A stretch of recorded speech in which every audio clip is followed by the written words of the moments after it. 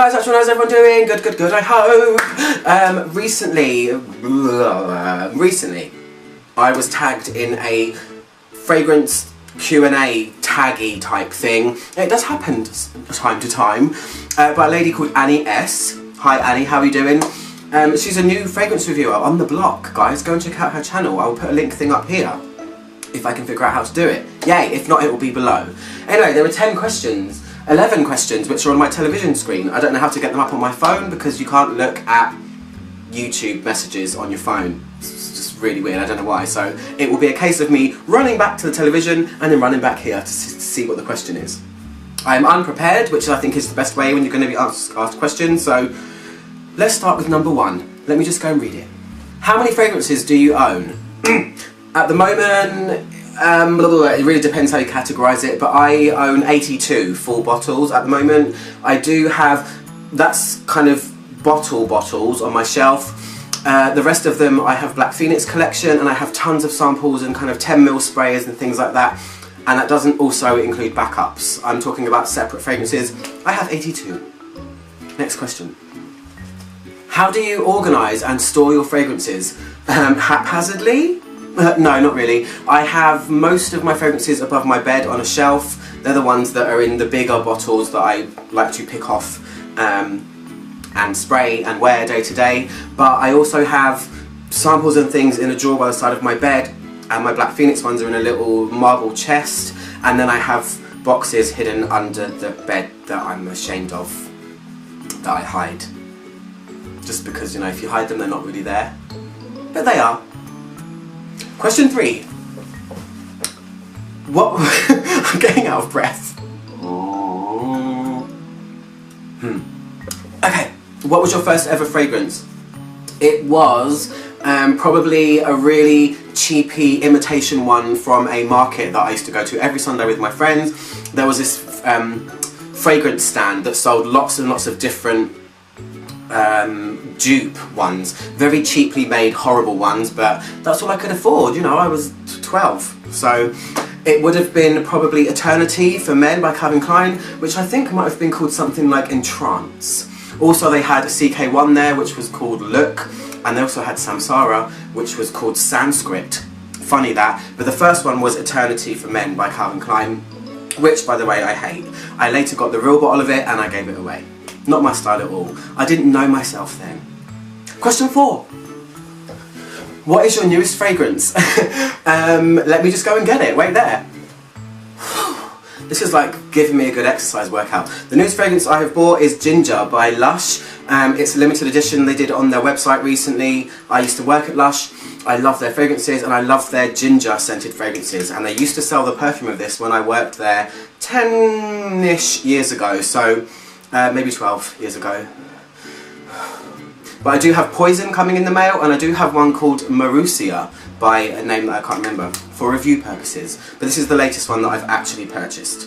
Ginger by Lush. Question 5. What is your most expensive fragrance?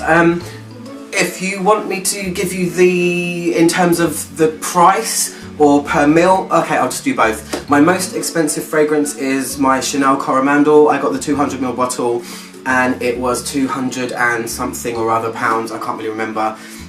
But in terms of price per mil, it's Andy Tower, which is Andy Tower number 2, L'air du Desert Marocain, which I hate saying. It is £99 and it's a 50ml, so it's pretty much £2 per mil of fragrance. So those are the top 2. I do have a few Amouages though that are up there too, but the Coromandel is the most expensive only because it's a big bottle.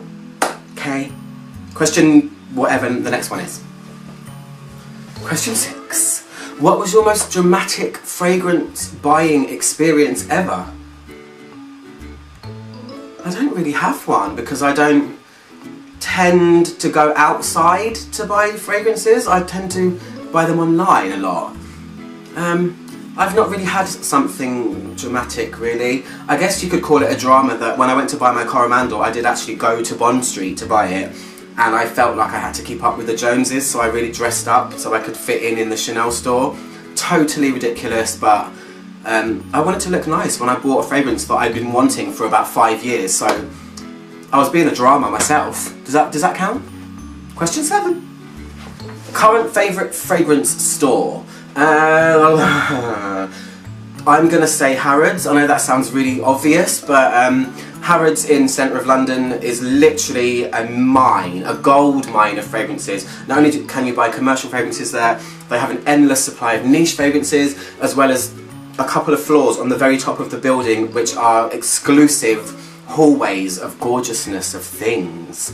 Yeah, just literally amazing. It has to be Harrods. It's literally the tip top of the fragrance everything in London, I think.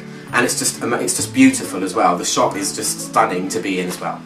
So that's that one. Next one. Question 8.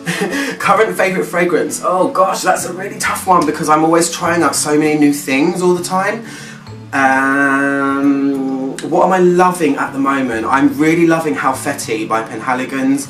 It's the only fragrance by them that I own, and it's also the first ever fragrance that contains oud that has completely changed my mind about oud. It's amazingly strong, powdery, but really gorgeous floral, oudy fragrance.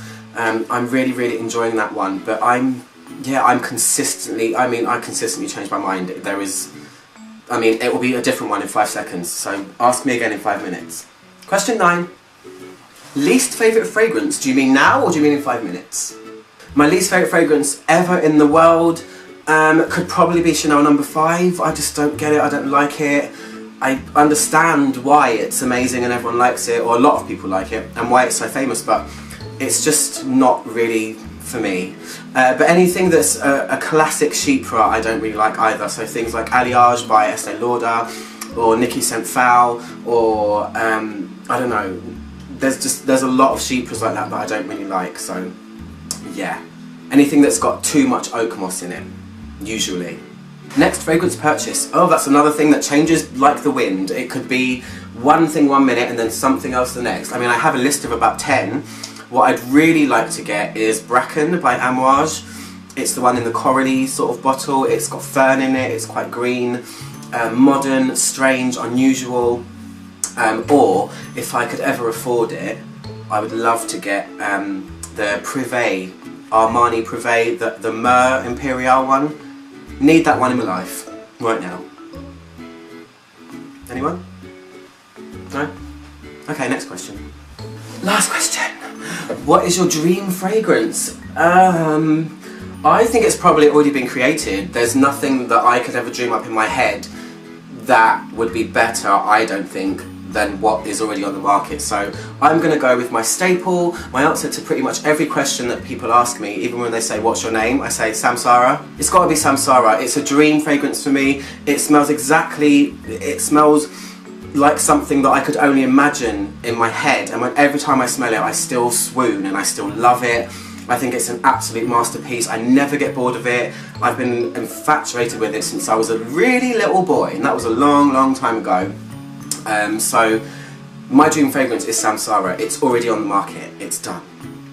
That's it. That was fun. I want to do that again. Okay, question 1.